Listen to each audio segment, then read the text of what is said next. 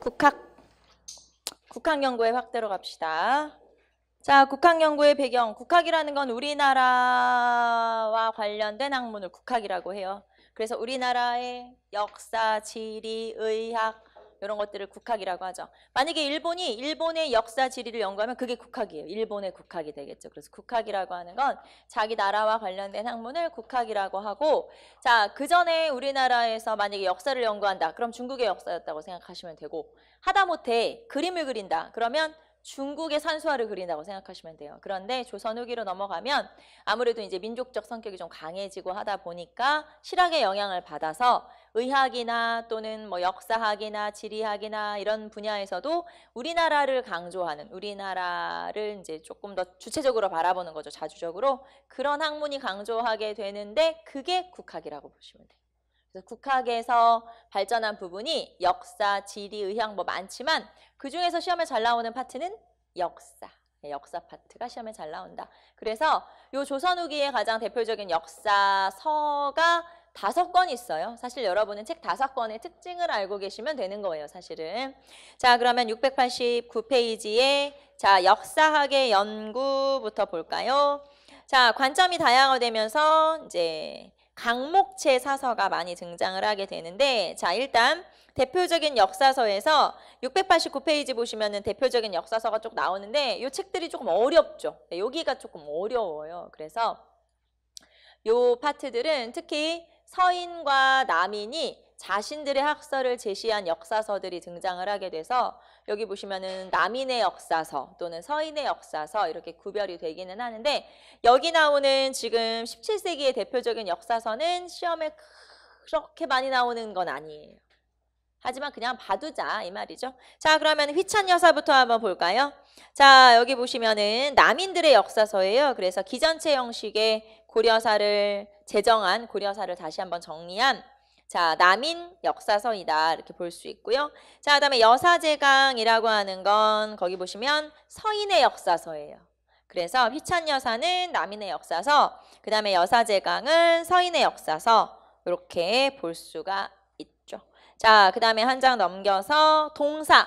자, 허목이라고 하는 사람이 쓴 동사. 이 허목도 남인이거든요. 그래서 남인의 가장 대표적인 역사서고, 자, 여기에 동사라고 하는 역사서가 나오고요. 여러분 한 장 넘겨보시면 692페이지에 이종휘의 동사가 나올 거예요. 자, 그런데 이종휘의 동사랑 앞에서 허목의 동사랑 한자가 달라요. 허목의 동사는 자, 동력동자의 일사자고요. 그 다음에 이종희의 동사는 역사사자죠. 그래서 다르다. 자, 하지만 어쨌든 허목의 동사, 이종희의 동사. 뭐 한글은 똑같으니까. 그래서 동사라는 역사책이 이렇게 존재를 하고요. 자, 그러면 허목의 동사, 17세기 역사서인 허목의 동사 볼까요? 자, 여기 허목이 남인이랬죠. 그래서 남인이, 자, 남인의 입장에서 북벌과 붕당을 이제 비판한 그런 기전체 사서다라고 볼 수가 있죠. 그래서 우리가 앞에서 기전체 역사서가 몇 권 있다라고 하면서 허목의 동사랑 이종희의 동사도 전부 다 기전체다라고 얘기했었거든요. 그래서 여기서는 이런 내용을 강조하고 있죠. 자, 그 다음에 동국통감제강. 동국통감제강 보시면 홍여하가 요 앞에 쓴 책이 휘찬여사라고 하는 책이죠. 그래서 어떻게 보면 연결되는 책이다라고 볼 수가 있어요. 연결되는 책이다라고 해서 고대사 부분을 강목체로 바꾸어 쓴 책이 바로 이 동국통감제강이라는 책이죠. 여러분 헷갈리지 마세요. 동국통감은 언제 쓰여진 책이죠? 다 대답을 한 거지? 성종 때 쓰여진 거잖아요. 그런데 동국통감제강은 요거는 조선 후기에 쓰여진 책이에요. 그래서 그냥 무조건 동국통감 들어간다고 해서 다 같은 시기가 아니라는 거, 이런 것들 혹시 또 책을 가지고 시기로 구별하는 문제가 나올 수도 있잖아요. 그래서 시기를 좀 체크를 해두시면 되겠죠. 자, 요거는 현종이니까 17세기라고 볼 수가 있죠.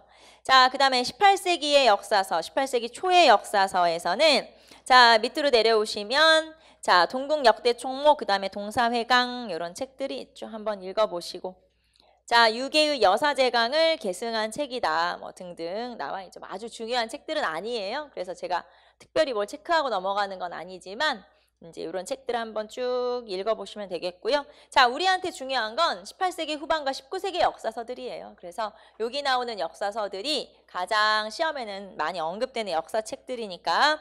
자, 그러면 일단 이 18세기와 19세기 역사서가 5권이 있다고 했잖아요. 5권을 들어가기 전에 이런 역사서들에 또 영향을 준 이익의 사상을 한번 살펴볼게요. 이익은 역사책을 쓰진 않았어요.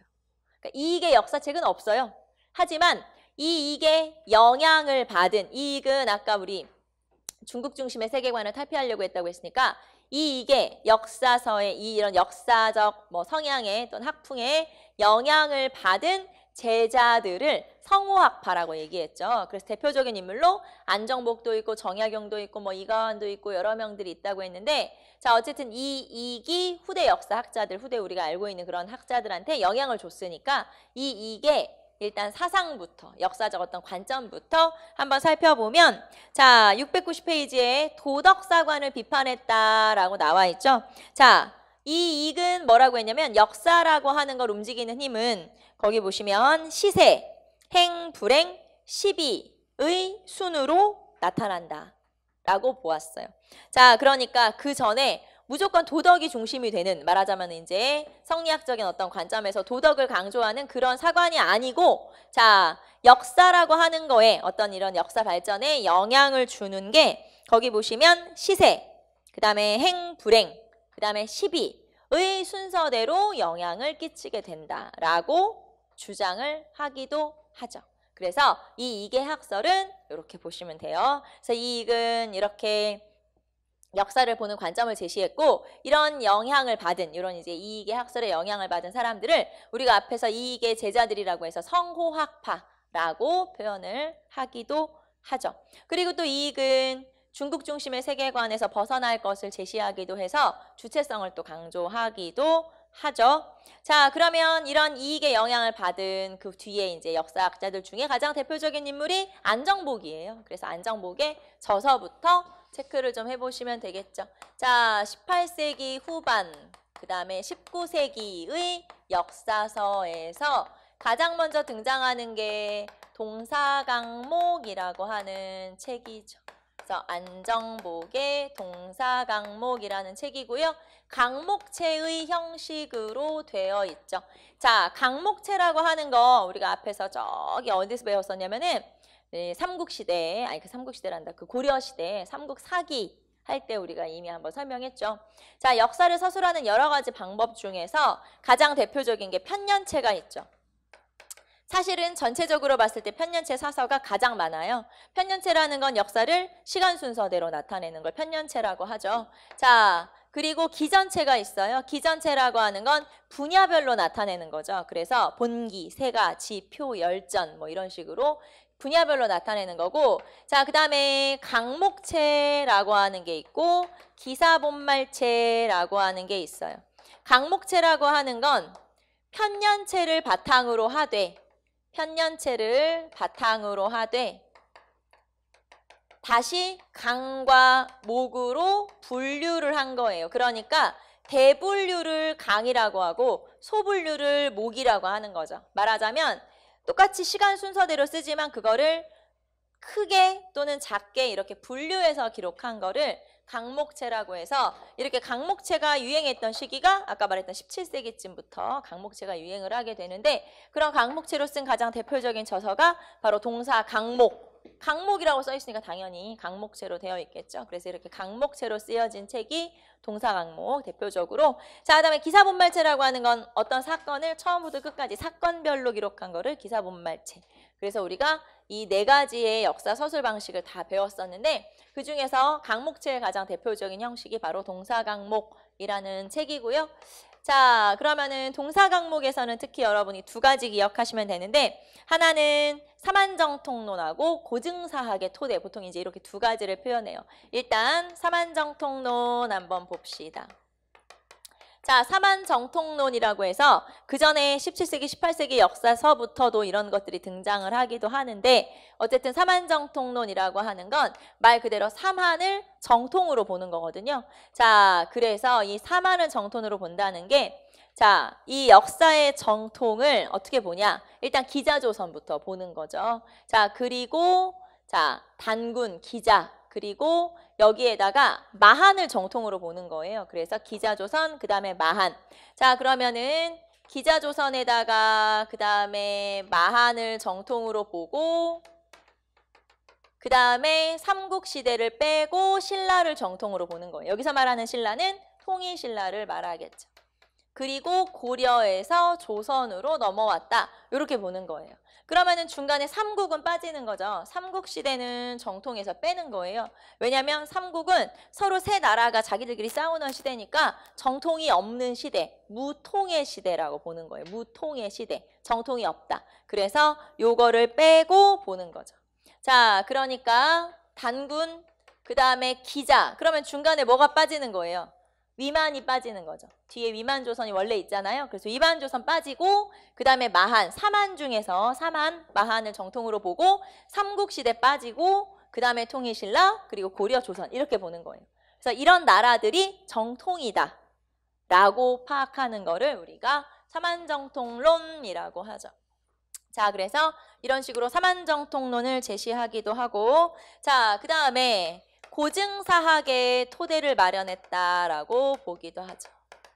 고증사학의 토대를 마련했다라고 보기도 하는데, 고증이라고 하는 게 뭐냐면 앞에서 우리가 실사구시 얘기하면서 실증적 학문의 연구 방식을 우리가 이렇게 고증이라고 했잖아요. 실증적 연구 방식. 자, 그런 식으로 역사라고 하는 게 무조건 주장을 하는 게 아니라 증거를 제시해야 된다라고 보는 거예요. 그런 걸 실증적 또는 고증적이라고 표현을 하는 거죠.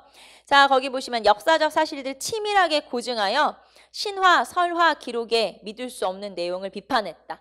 그래서 무조건 증거가 있어야 된다. 그런 것만 믿을 수 있다라고 제시하는 걸 고증사학이라고 하고, 그 고증사학에 어떻게 보면 기초를 닦은 게 바로 이 안정복의 동사강목이라고 하는 책이죠.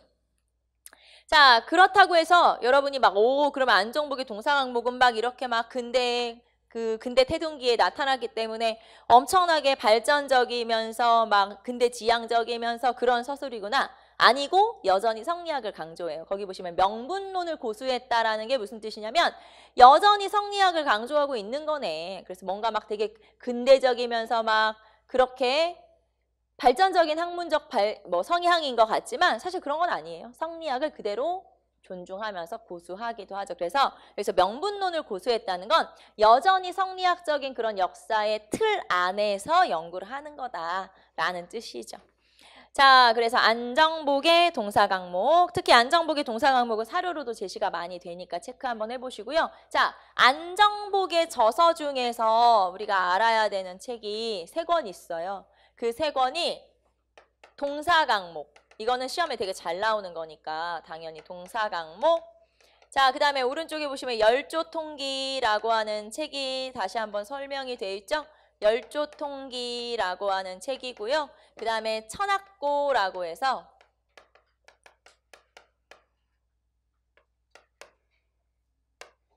자, 동사강목은 요 역사책이고 그 다음에 열조통기는 조선 영조까지를 저술한 역사책이고요. 천학고라고 하는 건 자, 성리학의 입장에서 천주교 비판 서적이에요. 자, 그래서 이런 책들이 안정복의 저서 중에서 대표적인 저서고요. 시험에는 안정복의 저서를 물어보기도 하니까 여러분이 이 3권 정도는 기억을 좀 하셔야 되겠죠. 그래서 안정복, 그리고 밑에 보시면은 안정복의 역사관 해가지고 나와 있으니까 체크 한번 해보세요.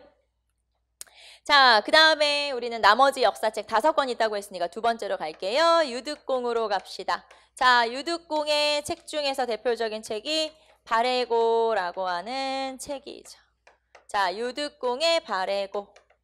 자, 발해고라고 하는 제목에서도 알 수 있듯이 발해라는 역사 단일 국가 하나를 연구한 저서가 바로 유득공의 발해고라고 하는 책이고요. 자, 그럼 여러분 발해라고 하는 나라는 근거지가 어디예요?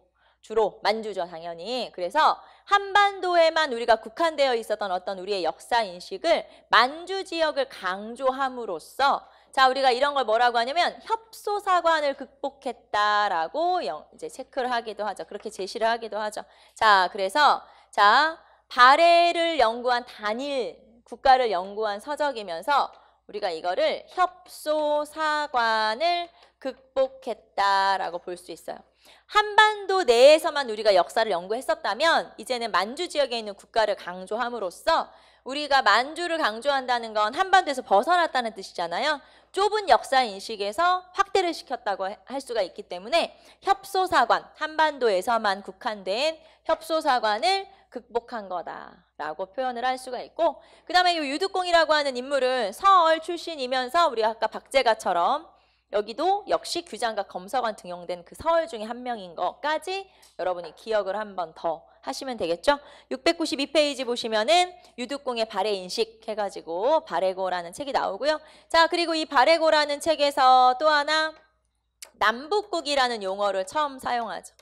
남북국 용어를 최초로 사용한 책이, 자, 남북국이라고 하는 용어를 최초로 사용한 책이 바로 유득공의 발해고라는 책이에요. 자, 그래서 사료도 한번 읽어보시고, 자, 그 다음에 이종이의 동사로 한번 가볼까요? 앞에서 우리가 허목의 동사랑 이종이의 동사를 좀 구별할 필요가 있다라고 얘기했죠. 자, 이종이의 동사. 이종이의 동사. 자, 이종이의 동사는 기전체로 쓰여진 책이에요. 그래서 이게 이제 첫 번째 특징이 되겠죠. 첫 번째 특징이 기전체 사서다. 자, 거기 보시면 기전체 형식의 사서로서 단군 조선을 본기로 기록하고 있다. 그러니까 단군 조선을 본기로 기록한다는 건 단군을 그냥 전설로 취급하는 게 아니라 역사로 받아들였다는 뜻이기 때문에 또 나름대로 의미가 있죠. 자, 거기 보시면은 최초로 단군 조선을 본기로 서술하고 있다. 자, 그리고 고구려 중심으로 기록을 하고 있다. 이렇게 볼 수가 있어요. 고구려 중심으로 보고 있다. 자, 기전체 사서면서 고구려를 강조하고 있고요. 자, 그리고 고구려를 강조했다는 건 또 우리가 고구려를 강조했다는 건 만주 지역의 국가를 강조했다는 거니까 똑같죠. 자, 여기처럼 협소사관을 극복했다라고 볼 수 있어요. 고구려를 강조했다는 건 협소사관을 극복한 책이구나 라고 볼 수가 있고요.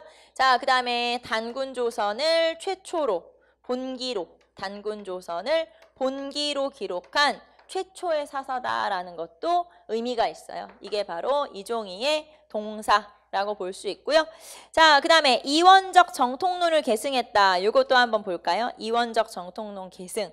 자, 말하자면 북방계와 남방계를 모두 다 계승했다라고 했는데, 자, 고구려를 강조하는 북방계가 있어요. 한백겸의 책에서 강조한, 이렇게 말하자면 고구려를 강조하면 북쪽 지역을 강조한 거잖아요. 이런 어떤 고구려를 강조한 북방계 역사적 인식과 신라를 강조하면 남쪽을 강조한 거죠. 신라를 강조한 거랑 이 두 가지를 모두 받아들이고 있어요. 그래서 북방계와 남방계를 모두 수용했다라는 거. 자, 그리고 하나 더. 자, 단군을 강조했기 때문에 대종교의 역사 인식에도 영향을 주기도 하는 게 바로 이종이의 동사. 대종교라고 하는 종교가 있어요. 1909년에 만들어진 종교로서 이 종교는 우리나라 민족 종교인데, 왜냐하면 단군을 신으로 모셨기 때문에. 그래서 단군, 환인, 환웅 이런 이제 삼신 사상을 가지고 있거든요. 자, 그러면 이런 대종교의 사상체계에 영향을 준 서적이 바로 여기 나오는 이종이의 동사라고 하는 거예요. 자, 그래서 이종이까지 한번 체크해봤고요. 자, 나머지 두 권 남았죠. 하나는 이긍익의 연려실기술이라는 책이 있어요. 자, 이긍익의 연려실기술. 자, 이 책은 기사본말체로 되어 있어요. 그래서 좀 독특하죠. 기사본말체로 되어 있다. 그래서 조선의 정치와 문화에 관한 야사들을 모은 책이에요. 자, 조선의 정치와 문화에 관한 야사를 객관적인 내용들을 모아놓은 책이 바로 이 연려실기술. 기사본말체라고 하는 건 어떤 사건별로 되어 있고요. 그 다음에 정치나 문화 분야의 야사를 모은 거기 때문에 뭐 붕당 정치라든가 이런 것들이 여기에 굉장히 많이 저술이 되어 있죠. 자, 거기 보시면 조선시대의 정치와 문화를 실증적으로 객관적인 서술로 정리했다. 그러니까 야사를 참고로 해서 이런 내용들을 정리한 책이 이긍익의 연려실기술이라는 책이죠. 자, 그 다음에 한치윤의 해동역사 하나 더 볼까요? 해동역사라는 책이 있어요. 한치윤의 해동역사. 자, 이 책도 역시 기전체로 쓰여진 책이에요.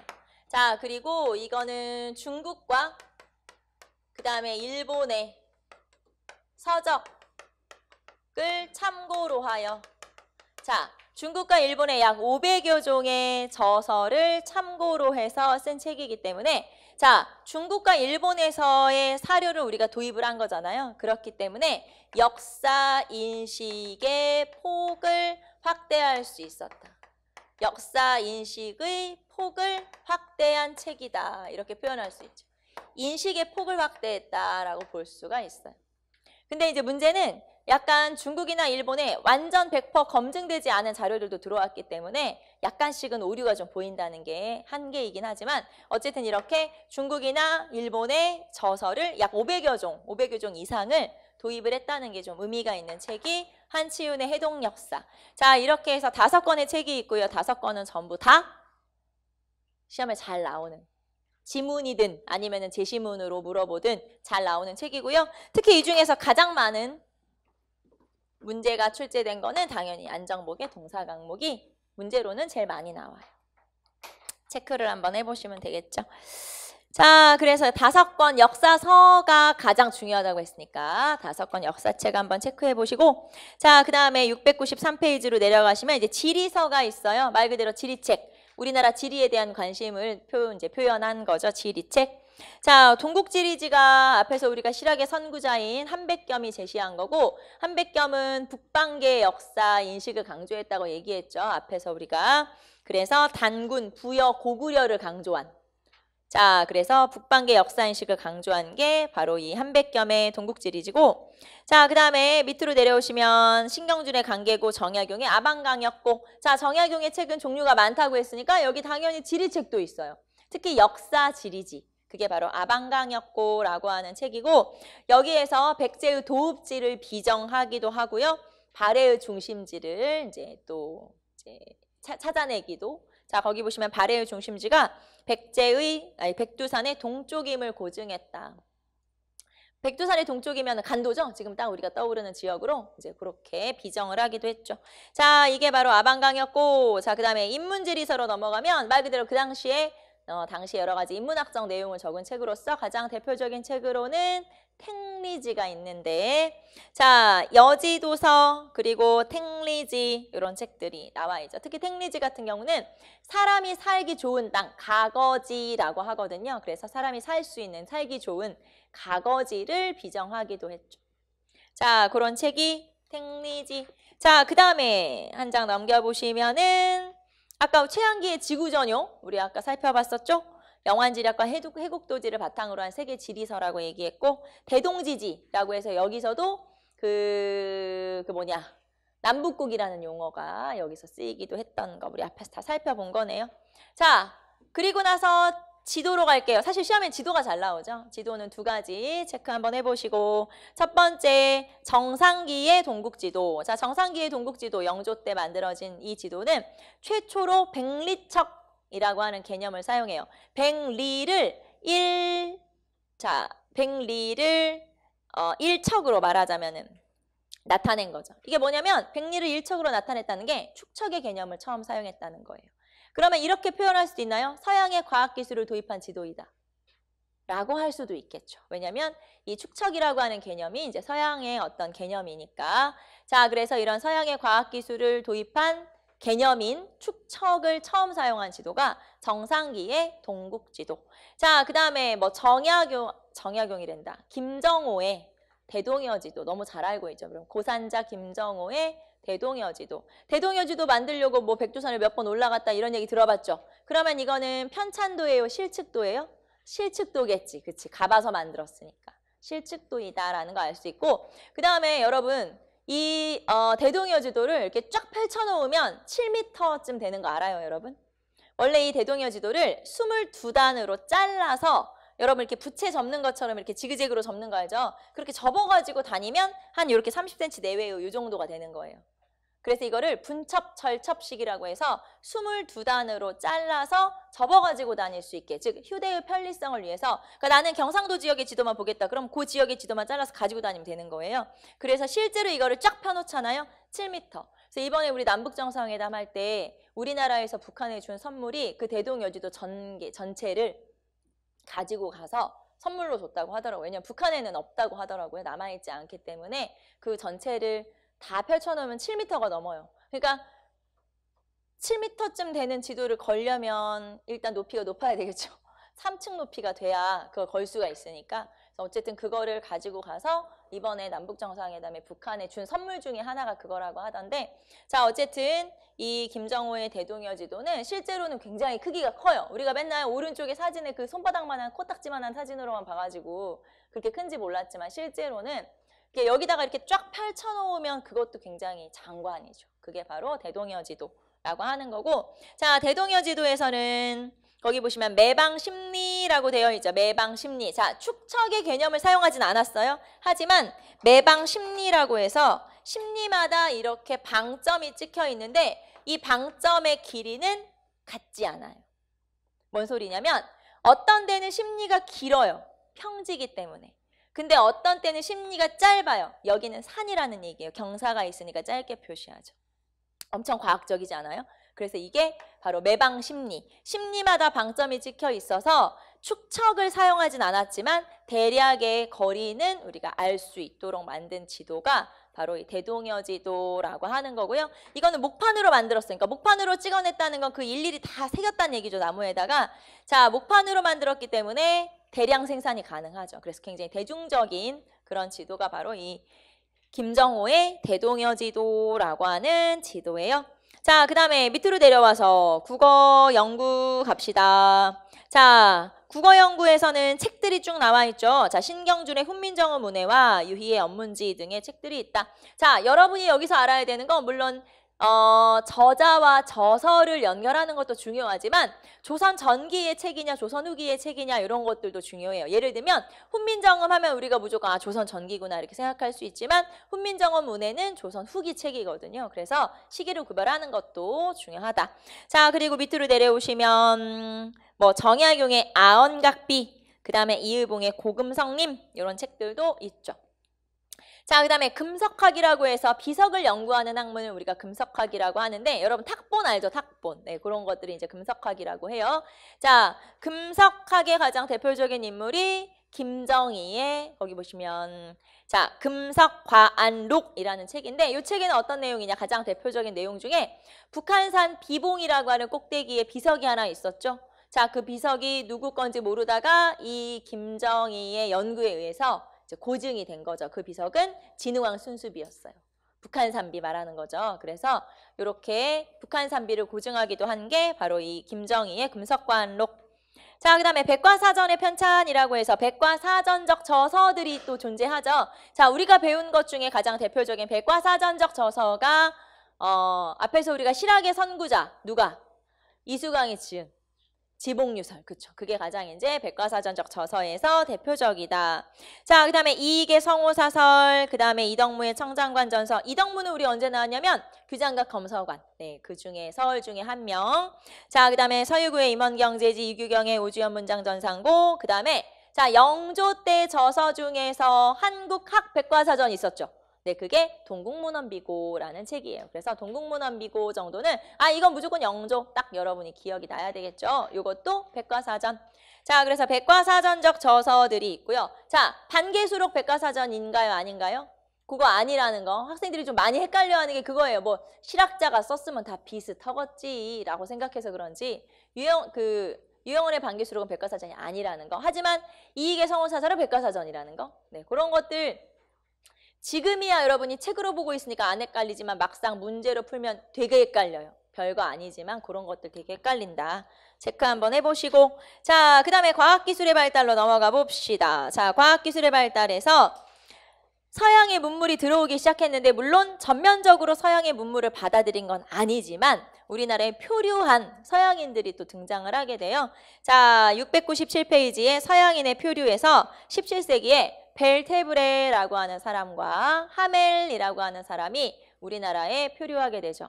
자, 발음도 안 되네. 벨테브레와 하멜은 둘 다 제주도에 표류를 하게 되는데 이 사람들은 그럼 어디 가다가 둘 다 네덜란드 사람이거든요. 그런데 이 네덜란드에서 요 시대에 여러분 동인도 회사라는 거 혹시 들어봤어요? 동인도 회사라고 해서 진짜 회사라기보다는 이제 국가기관이죠. 그래서 식민지를 개척하고 그 다음에 식민지에서 물건을 재배해서 물건을 실어가고 뭐 이런 역할을 하는 그런 기업, 그러니까 국가기관이 동인도 회사, 네덜란드의 대표적인 회사가 동인도 회사가 있었는데 자, 어쨌든 네덜란드와 일본은 소규모로 교류를 하고 있었거든요. 그러니까 이 사람들이 이 네덜란드에서 어디 가다가 표류를 하게 됐냐면 결국엔 일본을 가다가 표류를 하게 된 건데 자, 동남아시아 쪽에 거점을 가지고 있었어요. 인도네시아나 말레이시아 쪽에 거점을 가지고 있다가 그러니까 유럽에서 거기까지 온 거죠. 그래서 거기서 다시 일본까지 이렇게 이제 교류를 하고 있었는데 가다가 꼭 제주도쯤에서 이제 풍랑을 만나서 표류를 하게 된 거예요. 그래서 자, 이 사람들이 어느 왕 때 들어왔는지 한번 체크해 보세요. 벨테브레는 인조 때, 하멜은 효종 때.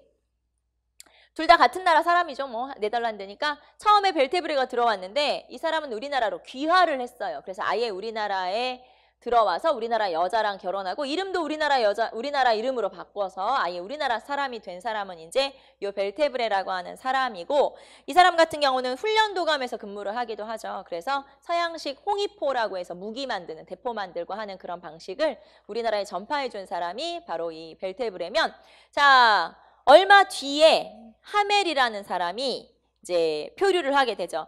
여기서는 우리가 하멜만 배우지만 실제로 이 사람의 일행이 약 30명 가까이 우리나라에 이제 표류를 하게 된 거예요. 말하자면. 그래서 이 사람들이 처음에 제주도로 들어왔다가 이 사람들을 전라남도로 옮겨요. 전라남도로 옮겼다가 다시 서울로 옮겨서 이 사람들을 강제 노역을 시키기도 해. 막 일시켜. 그러니까 얼마나 싫었겠어 이 사람들이. 자, 그래가지고 나중에는 이 사람들을 한 마을에 모아놨더니 너무 많이 먹잖아. 그러니까 분산을 하기도 해요. 여기 너는 서울, 너는 뭐 전라남도 이런 식으로 또 분리를 시키기도 했었는데 이 사람들이 이제 탈출을 몇 번 시도하다가 결국 이제 하멜은 나중에 다시 일본으로 건너가고 다시 네덜란드로 가게 되죠. 뭐 그래서 여러분 유명한 책이 하멜 표류기라는 책 많이 들어봤죠? 그게 바로 하멜이고요. 자, 벨테브레 인조, 그 다음에 하멜 효종 이렇게 기억하시고 훈련도감에서 홍위포, 즉 대포의 뭐 기술 이런 걸 이제 전파해 준 사람은 바로 벨테브레구나. 이렇게 알아두시면 되고요. 자, 한 장 넘기시면은 천문학과 뭐 역법의 발달 나와 있네요. 자, 천문학에서는 지전설이 가장 대표적이고 자, 이 지전설을 우리가 좀 전에 배운 걸로는 뭐 홍대용 나오지만 실제로 홍대용보다 더 먼저 지전설을 주장한 사람이 있었어요. 최초로 지전설을 주장한 사람은 김성문이라고 하는 사람이죠. 자, 역학도해라는 책에서 동양 최초로 지전설, 지구회전설을 주장을 하기도 했고요. 자, 그 다음에 이 사람이 이제 영향을 받아서 홍대용이나 뭐 이런 사람들의 지전설이 등장을 하고요. 자, 홍대용은 앞에서 우리가 배웠던 것처럼 지전설, 무한우주론 이런 걸 제시하고 거기 보시면은 혼천이를 제작하기도 했던 사람이 바로 이 홍대용이라고 하는 사람이고 자, 여기서 지전설이라는 거 지구가 움직여? 이거는 단순히 그냥 지구가 움직이는 거 아니고 중국 중심의 성리학적 그런 세계관에서 탈피, 벗어나기 위한 것이다 라는 걸 알 수가 있고요. 자, 그 다음에 역법의 발달, 역법은 달력이죠. 자, 우리가 조선 세종 때 칠정산이라고 하는 서울을 기준으로 하는 달력을 만들어서 쭉 사용하다가 청나라에서 청나라 달력을 도입을 하게 되는데 이 청나라 달력인 시헌역, 효종 때 시헌역을 도입하죠. 시헌역이라고 하는 건 태양역과 태음역을 잘 적절히 조합한 거거든요. 그래서 요 시헌역이라고 하는 걸 조선 후기에 김육이라고 하는 사람의 건의에 의해서 받아들이기도 했었죠. 자, 그 다음에 뭐 수학의 발달 한번 읽어보시고 그 다음에 지도 제작 기술. 자, 서양의 지도가 우리나라에 들어와요. 서양의 세계지도. 그 서양의 세계지도가 고녀만국전도라고 하는 지도예요. 자, 마테우 리치가 그린 고녀만국전도. 여러분 지도 사진이 잘 안 보이겠지만 이 고녀만국 지도는 그냥 여러분이 알고 있는 세계지도라고 생각하시면 돼요. 지도에서는 지금 자세히 보이지는 않지만 사진이 고녀만국전도는 세계지도다. 자, 그러면 세계지도에서 세상의 중심이 중국? 아니죠. 그래서 이게 중국 중심의 또 역시 세계관에서 탈피하는 그런 계기가 되기도 한 게 마테우 리치의 고녀만국전도라고 하는 지도죠. 자, 그 다음에 한 장 넘겨보시면 의학의 발달. 자, 의학의 발달에서도 책만 체크 한번 해보시면 되겠네요. 자, 우리 너무 잘 알고 있는 동의보감. 허준의 동의보감. 자, 허준이 광해군의 명령을 받아서 쓴 책이에요. 그래서 허준의 동의보감. 자, 그리고 허임의 침구경험방. 이 사람은 말 그대로 침술, 침술에 굉장히 능통한 사람이었고요. 허임과 허준은 거의 좀 비슷한 시기에 활동했던 인물이고요. 자, 그 다음에 뭐 벽온신방 이런 책들 한번 쭉 읽어보시고, 자, 그 다음에 정약용의 의서도 있어요. 정약용의 의서가 마과회통이라는 책이에요. 마과회통은 박제가와 함께 마진이 홍역이거든요. 홍역을 연구한 책이에요. 그래서 마과회통이라는 책이고, 자, 이 책에서는 종두법이라고 해서 이제 예방접종 같은 거, 그러니까 백신이죠. 말하자면 천연두라고 하는 전염병의 백신이 이 종두법인데, 그 종두법을 실험한 내용을 또 소개하기도 했었던 게 바로 이 마과회통. 정약용의 책은 종류 많으니까 의서도 있다 이 말이고요.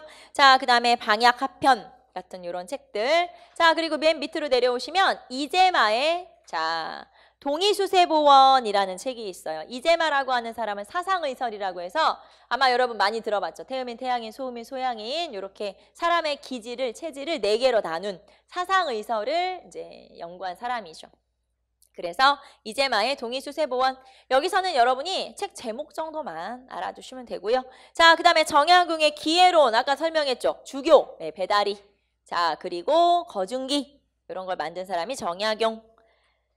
자, 그 다음에 농서로 한번 가볼까요? 자, 조선 후기의 농서는 뭐 모내기를 보급하기도 하고, 그 다음에 벼농사 말고 다양한 농법을 또 소개하기도 한 책들이 등장을 하는데, 여러분 702페이지 보시면 농가집성, 그 다음에 색경, 산림경제, 해동농서, 임원경제지, 이런 여러 저서들이 등장을 하고 있고요. 자, 이 중에서 뭐 특별히 어떤 게 중요하다 이런 건 없어요. 여러분 저자와 저서를 좀 연결해 두시고, 특히 이 중에서 서유구의 임원경제지에서 둔전론이라고 하는 토지제도를 또 제시하기도 했어요. 오른쪽에 보시면 나와 있으니까 체크 한번 해보시고. 자, 그 다음에 어업기술에서는 하나 더 맨 마지막에, 자, 정약전의 자산어보라는 책이 등장을 하죠. 정약전이라고 하는 사람은 정약용의 형인데, 이 정약용이 왜 우리 신유박해에 연루돼서 귀양 갔잖아요. 같은 시기에 신유박해에 연루돼서 정약전도 귀양을 가게 되는데,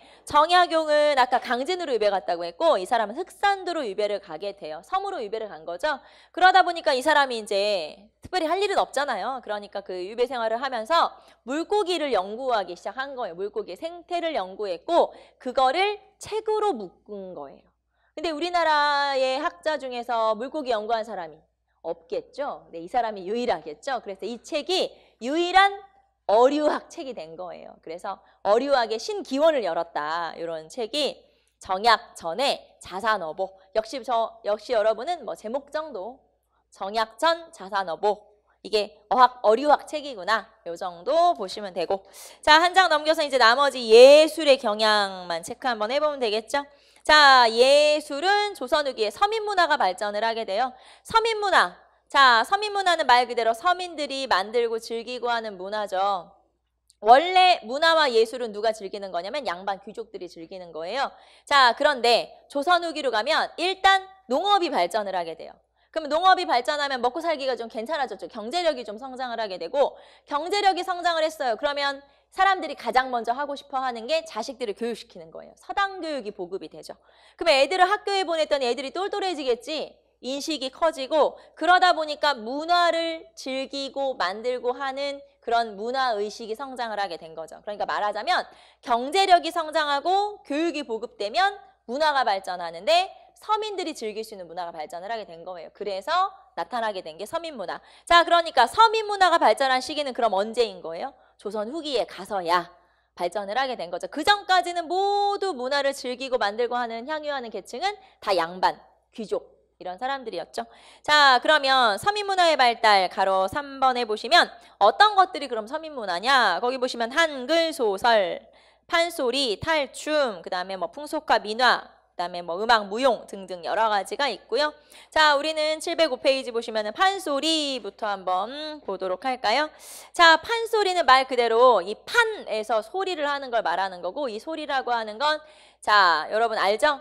노래도 하고 뭐 몸짓도 하고 그다음에 설명도 해주고 이런 게 바로 이제 판소리라고 하는 거죠. 거기 보시면 19세기 후반에 신재효라고 하는 사람이 판소리를 정리를 했어요. 12마당으로 정리를 했고, 이 사람이 정리한 12마당 중에 지금은 다 남아있지는 않아요. 거기 보시면은 다성마당만 이렇게 전해지고 있다라는 거 많이 들어봐서 알 거고. 자, 그 다음에 가면극. 가면극은 탈놀이라고 우리가 보통 부르죠. 탈놀이, 산대놀이 이런 것들이 가면극이라고 하는 거죠. 그래서 여러분 사진에 딱 보시면 아, 이게 그런 거, 탈춤 그런 거구나 라는 거. 자, 그 다음에 한 장 넘기시면은 한글 소설. 자, 한글 소설 중에 가장 최초의 한글 소설, 대표적인 소설이 홍길동전, 허균의 홍길동전이라고 하는. 자, 허균의 홍길동전 내용은 다 알죠, 여러분. 뭐 호부호영하지 못하고 뭐가 다 알잖아요, 우리. 그래서 이거는 이제 서얼에 관한 내용을 적은 거고, 사실 이 허균이라고 하는 사람은 나중에 영모에 휘말려서 죽임을 당하는데 워낙 좀 급진적인 성향을 가지고 있었던 사람이기 때문에 허균은 나중에 영모로 죽게 되죠. 자, 어쨌든 홍길동의 이제 홍길동전, 허균의 홍길동전이 최초의 한글 소설이라고 볼 수가 있고요. 자, 그 다음에 나머지 우리 다 알죠? 춘향전, 토끼전, 심청전, 장화홍련전 다 아는데, 이런 한글 소설의 차이점 뭐냐? 그 전에 있었던 이제 한문 소설과 차이점 뭐냐면, 일단 주인공이 서민인 경우가 있다. 홍길동도 서얼이잖아요. 그 다음에 춘향전도 기생의 딸이니까 거의 이제 하층민이라고 볼 수 있죠. 이 계층으로만 따지면. 그러니까 이렇게 서민이 주인공인 경우가 있고, 인간의 감정을 굉장히 솔직하게 표현한 그런 내용들이다라는 게 이 당시에 한글 소설의 특징이라고 볼 수가 있죠. 자, 그 다음에 사설시조로 한번 내려가 볼까요? 사설시조는 그 전에 있었던 시조는 운율이 굉장히 정확했었다라고 하면, 사설시조라는 건 운율의 제약 없이 그냥 쭉 느려서 쓴 시조, 그런 거를 사설시조. 아무래도 이게 운율의 제약이 없고 쭉 느려서 썼으니까 훨씬 감정을 좀 솔직하게 표현할 수 있다. 그래서 서민의 감정을 솔직하게 표현한 그런 시가 사설시조다라고 볼 수가 있죠. 자, 그 다음에 한 장 넘기시면 시조 가사집도 나와 있고요. 자, 한문학의 가장 대표적인 작가라고 하면 정약용. 그래서 우리가 정약용에서는 애절량이라고 하는 시가 있어요. 애절량이 무슨 뜻이냐면 슬퍼하다, 절양이라고 하는 건 보통 이제 남성의 생식기를 약물이라고 표현하기도 하죠. 그래서 이 사람이 너무나 세금이 많으니까, 알죠 여러분? 군정의 문란이 너무 심하니까 자기가 아이를 낳으면 또 아들이 태어나서 군포를 또 부담을 하게 될까 봐 자기 생식기를 자른 그런 모습을 정약용이 보고 시를 썼다라고 알려진 게 바로 애절량이라는 시고요. 자, 그래서 이런 정약용의 시들, 그 다음에 박지원의 소설들, 한문 소설들, 양반의 비생산성을 비판하고 풍자한 그런 소설들이 있었죠. 그래서 그런 내용들 한번 읽어보시고, 자, 709페이지로 가보시면 위향문학이라고 해서, 자, 위향문학이 바로 말하자면 중인들의 그런 문학을 우리가 위향문학이라고 그래요. 자, 이 중인들도 조선 후기로 가면 양반하고 사실 크게 다른 게 없죠. 양반들처럼 이 사람들도 성리학을 공부했고 시를 쓰고 자기들끼리 모여서 시 모임도 하고 문집도 내고 거의 비슷해요, 양반하고. 그래서 이 사람들이 자기들도 양반처럼 이제 양반 흉내 좀 내고 비슷하게 하기 위해서 시사라고 하는 그런 모임을 만들어요. 시모임. 시사. 그리고 여기에서 양반하고 똑같이 자기들끼리 모여서 시도 짓고 문집도 편찬을 하고, 그래서 이런 양반과 비슷하게 시모임을 만들었다. 시사. 자, 그리고 이런 중인들의 문학을 우리가 한마디로 위향문학이라고 그래요. 자, 그리고 밑으로 가시면 중인들의 역사서, 중인들의 저서라고 해서, 자, 호산회기, 연조기감, 규사, 이항견문록 이런 책들. 자, 중인들의 역사서도 지문으로 출제가 잘 돼요. 이런 중인들의 역사서 책들 알아주시고, 자, 뭐 등등 나머지 한번 읽어보시면 되겠죠? 자, 그 다음에 그림으로 한번 가볼까요? 그림으로 한번 갑시다. 진경산수화와 풍속화 나와 있죠? 자, 18세기에 유행한 그림의 성향은 진경산수화와 그 다음에 풍속화가 18세기에 유행하게 돼요. 18세기 전반기에 진경산수화, 18세기 후반에 풍속화 이렇게 보시면 되는데 자, 진경산수화라고 하는 게 진짜 경치를 보고 그린 그림. 왜 우리가 보통 풍경화 그리려면 밖에 나가서 풍경 보고 그리잖아요. 자, 조선 전기까지만 하더라도 풍경화를 우리 집에서 또는 그러니까 그림을 보고 아니면 중국의 산수를 상상해서 이렇게 그렸어요. 그래서 조선 전기까지만 하더라도 이런 그림들에 우리나라에서 볼 수 없는 모습들이 담기기도 해요. 그러니까 무슨 말이냐면 중국의 그림을 보고 그리거나 했기 때문에 우리나라에 없는 그런 풍경들이 담기기도 하는데 여러분 물찌개 알아요? 물찌개? 우리나라 사람들 지게 어떻게 생겼는지 다 알죠? 지게 이렇게 등으로 지는 거잖아요. 이렇게 뒤에 물건을 지을 수 있도록 그런 식으로 생긴 게 우리나라 지게면 중국의 지게는 약간 물지게처럼 이렇게 옆으로 긴 거거든요. 근데 조선 전기의 풍속화를 보면 조선 전기의 그림을 보면 우리나라에서 볼 수 있는 지게가 아니라 중국의 지게 모습들이 나와 있는 그림들이 있어요. 그건 뭐냐면 실제 경치를 보고 그린 게 아니라 중국의 그림을 흉내내서 그렸다 이 말이에요. 그래서 조선 전기까지만 하더라도 중국의 산수, 중국의 그림 이런 것들을 그렸다. 그러니까 산수화가 아니라 상상화인 거죠, 말하자면. 그런데 진경산수화부터는 진짜 경치를 보고 그리고 이제 진짜 경치를 보고 그리는 그림이 등장을 하게 되죠. 특히 이런 진경산수화의 가장 대표적인 화가가 정선. 자, 그래서 정선의 진경산수화. 자, 그럼 정선의 그림 중에 어떤 게 있는지 두 개만 체크를 한번 해볼게요. 자, 가장 대표적인 정선의 그림이 인왕제색도와 금강전도라고 하는 그림이 있죠. 자, 인왕제색도와 금강전도라고 하는 그림으로 인왕제색도 같은 경우는 실제 인왕산이 약간 이 비 온 뒤에 약간 안개가 끼어있는 그런 모습을 나타내고 있고요.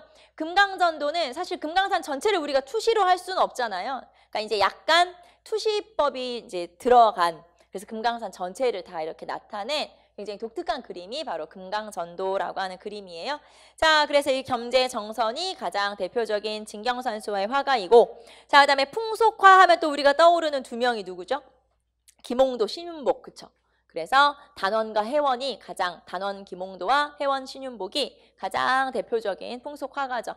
자, 그런데 두 사람은 약간 차이가 있는 거 알죠? 김홍도 같은 경우는 주로 이제 서민들의 생활을 많이 그렸다면 신윤복 같은 경우는 약간 규방, 뭐 이제 기생, 뭐 이제 아녀자들의 그런 생활들을 주로 많이 그린 그림이 나타나고 있죠. 자, 그래서 여러분 단원 김홍도 거기 사진을 한번 보시면 씨름도, 무동, 그다음에 논가리 그리고 또 가장 대표적인 서당 그림 그런 거 있죠. 이런 거 딱 떠오르잖아요, 우리가.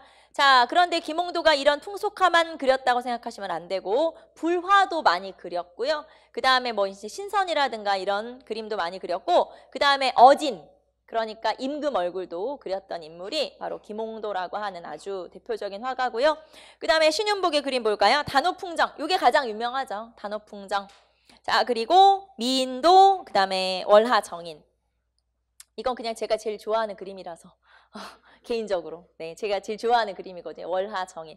달빛의 연인? 뭐 이런 달빛 아래 연인? 뭐 이런 제목이겠죠? 자, 그래서 어쨌든 이런 신윤복의 그림들. 자, 그 다음에 4번으로 내려가시면 서양화법의 영향을 받기도 해서 여기 나와 있는 강세왕의 영통골 입구도라고 하는 그림은 자, 그럼 뭘 서양의 기법을 계승한 거냐, 받아들인 거냐 잘 모르겠지만 자세히 보시면 원근법이 나타나 있어요. 뒤에 있는 바위는 좀 작고 앞에 있는 건 좀 크고 그래서 또 뒤에 있는 건 조금 연하고 앞에 있는 건 좀 진하죠. 그래서 원근법이 포함되어 있기 때문에 서양의 기법을 수용했다라고 표현할 수 있죠. 자, 그 다음에 나머지 화가들 이름 한번 체크해 볼게요. 자, 거기 보시면 심사정. 자, 그 다음에 윤두서, 최북, 변두량, 변삼벽, 조영석 등의 화가들이 있다. 오른쪽에 보시면 윤두서의 이 그림 많이 보지 않았어요? 이게 이제 뭐라 그래야 돼? 초상화? 자, 그런데 자세히 보시면 몸통이 없어요. 얼굴만 동동 떠 있어. 그래서 근데 실제로 보면은 굉장히 뭐랄까요? 그 정교하면서 아주 그 꼿꼿한 정신까지 담고 있는 듯한 느낌이 드는 그런 그림이어서 굉장히 훌륭한 작품이죠. 자, 그래서 이런 화가들 이름 한번 체크 한번 해보세요. 이름을 제가 왜 체크하라고 하냐면 조선 전기와 조선 후기를 비교하면서 화가들의 이름을 제시한 그런 문제도 출제가 될 수 있기 때문에 체크를 한번 해보자 라고 하는 거고요. 자, 그러면 지금 우리가 살펴본 게 18세기 그림이에요. 자, 그런데 이 그림이 19세기로 딱 넘어가면서 약간 화풍이 바뀌는데 어떻게 바뀌냐? 문인화가 유행을 하기 시작하는 거예요. 자, 문인화는 뭐냐면 자, 신윤복과 김홍도 같은 사람은 전문 화가예요. 그런데 화가 아닌 그냥 선비가 그린 그림이 문인화예요. 그래서 원래 조선 전기에도 유행을 했었는데 이게 조선 후기 19세기 가서 다시 유행을 하게 된 게 바로 문인화고 이렇게 19세기 문인화의 가장 대표적인 그림이 김정희의 세한도라고 하는 그림이에요. 자, 여러분 712페이지 보시면은 세한도 나와 있죠? 자, 이 문인화의 가장 대표적인 게 세한도인데 세한도 보시면은 좀 약간 좀 간결하죠, 그림이. 그래서 사실은 좀 꼿꼿한 선비정신 같은 게 있는 약간 좀 서늘한 그런 느낌의 그림이거든요. 그게 바로 세한도라고 하는 그림이고요. 자, 그 다음에 전문 화가는 그래도 존재하겠죠? 장승업. 그래서 뭐 군마도 이런 게 굉장히 유명하고 장승업은 우리가 잘 몰라서 그렇지 장승업도 막 조선의 3대 화가 중에 한 명이다 이렇게 불릴 정도로 아주 유명한 화가가 바로 장승업이고요. 자, 그 다음에 동걸도 서걸도 같은 그런 궁궐의 정경을 그린 그림들도 등장을 하게 되죠.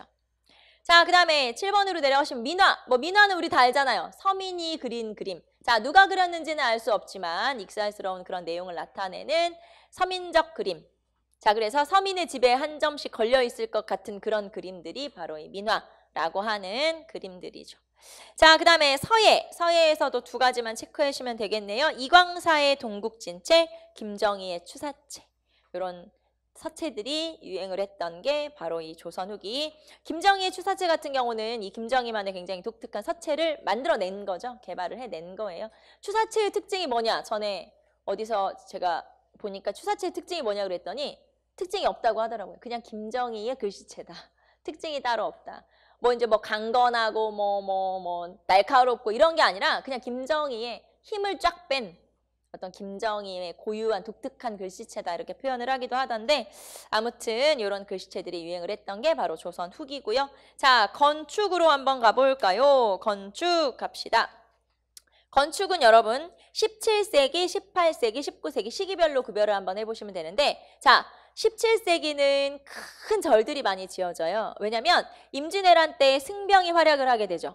뭐 서산대사, 사명대사 이런 승병들이 활약을 하면서 불교에 대한 인식이 좀 개선이 됐어요. 좀 좋아졌어. 그래서 양반 지주들의 어떤 지원에 힘입어 이 조선 후기 17세기에는 큰 좀 대규모의 절들이 많이 지어지거든요. 자, 가장 대표적인 절로는 법주사 팔상전, 화엄사 각황전, 그 다음에 금산사 미륵전 이런 건물들이 있어요. 자, 여러분 법주사 팔상전 한번 보시면 이게 우리나라에 남아있는 유일한 목조 5층 건물.